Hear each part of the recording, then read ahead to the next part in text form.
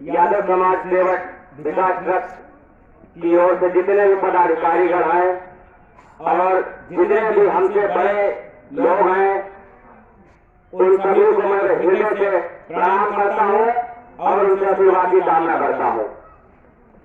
जैसा कि कई सारे लोगों ने बताया कि शिक्षा चलिए ठीक है, लेकिन बाबा साहब भीमराव अम्बेडकर ने ये बात कही है कि इंसान का जो भूषण है वो जूता चप्पल कपड़ा नहीं, सबसे बड़ा भूषण अगर कोई चीज है तो शिक्षा है। अगर शिक्षा है तो सब कुछ है, कुछ नहीं है।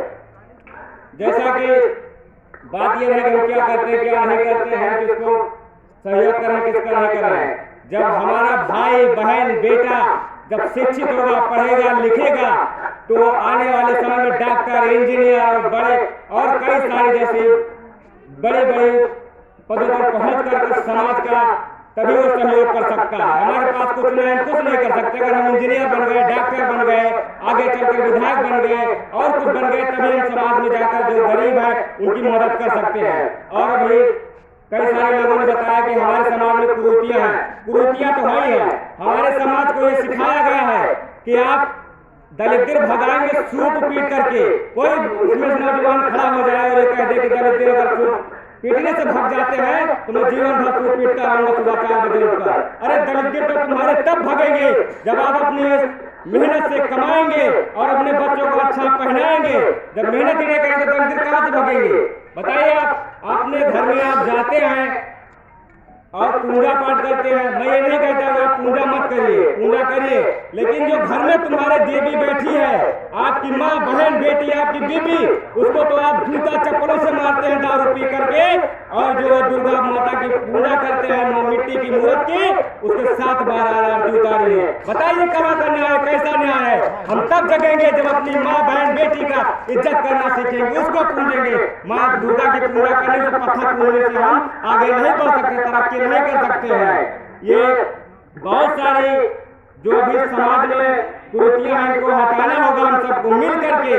और ये हमारा फर्ज है, अध्यक्ष जी का नहीं है, राकेश भैया का नहीं है, इन सभी लोगों को नहीं है। इसमें बैठे सभी नौजवान क्रांतिकारियों का इसमें सहयोग होना चाहिए। अगर हम आगे बढ़ रहे हैं, आप बढ़ रहे हैं, तो उसको लगातार और आगे बढ़ाइए, तब ये होगा।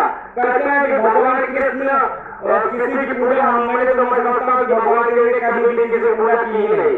अगर कोई साथी जानता हो तो मुझे बता दे भगवान ने किस भगवान की पूजा की है, तो मैं भी कर लूं।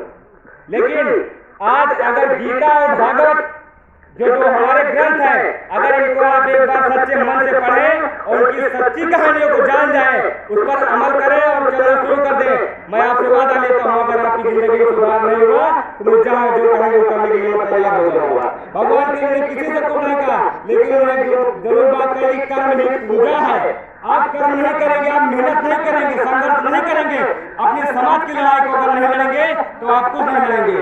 इसलिए मैं आप सभी से यही कहना चाहता हूँ कि जहाँ भी हो, अपना समाज तो अपना है ही है, लेकिन जो हमारे गरीब मजलूम दबे कुचले शोषित वंचित लोग हैं उनका भी सहयोग करें। और कोई भी अगर उनको किसी भी तरीके से फंसाना चाहता है तो उनके साथ संघर्ष की लड़ाई लड़े। और इस मंच के माध्यम से मैं आप सभी लोगों को ये वचन देता हूँ कि जब कभी इस विकास की जरूरत पड़ेगी किसी भी लड़ाई में, चाहे वो जहाँ होगी, आप एक बार मुझे बताना, मैं आपकी हर लड़ाई को लड़ने के लिए तैयार हूँ।